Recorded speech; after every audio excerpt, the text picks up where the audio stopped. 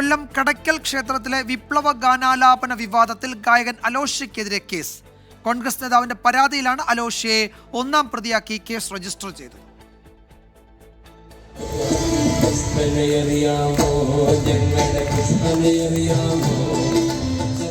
March 10 Kadakkal ദേവി ക്ഷേത്രത്തിൽ ഉത്സവത്തിലെ ഗാനമേളയ്ക്കിടെ വിപ്ലവഗാനം പാടിയ സംഭവത്തിലാണ് ഗായകൻ അലോഷ്യയെയും ഉപദേശ സമിതി അംഗങ്ങളെയും പ്രതി ചേർത്ത് കടയ്ക്കൽ പോലീസ് കേസെടുത്തത്. കോൺഗ്രസ് കടയ്ക്കൽ മണ്ഡലം പ്രസിഡന്റ് അനിൽകുമാറിന്റെ പരാതിയിലാണ് നടപടി.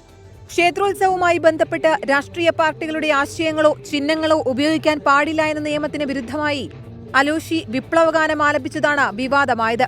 പുഷ്പനെ അറിയാമോ എന്ന വിപ്ലവഗാനാലാപനത്തിന്റെ പശ്ചാത്തലത്തിൽ CPIMന്റെയും DYFIയുടെയും ചിഹ്നങ്ങളും കൊടികളും പ്രദർശിപ്പിക്കുകയും ചെയ്തിരുന്നു. 1998 religious institutions prevention of misuse ആക്ടിലെ 3 മുതൽ 7 വരെയുള്ള വകുപ്പുകളാണ് പ്രതികൾക്കെതിരെ ചുമത്തിയിട്ടുള്ളത്. പാട്ടിനിടെ ഗായകൻ ഇൻകുലാബ് മുഴക്കിയതും ക്ഷേത്രോപദേശ സമിതി ഭാരവാഹികളായ 2 പേർ വേണ്ട സൗകര്യങ്ങൾ ഒരുക്കി നൽകിയതും കുറ്റകരമെന്ന് FIRൽ പറയുന്നു.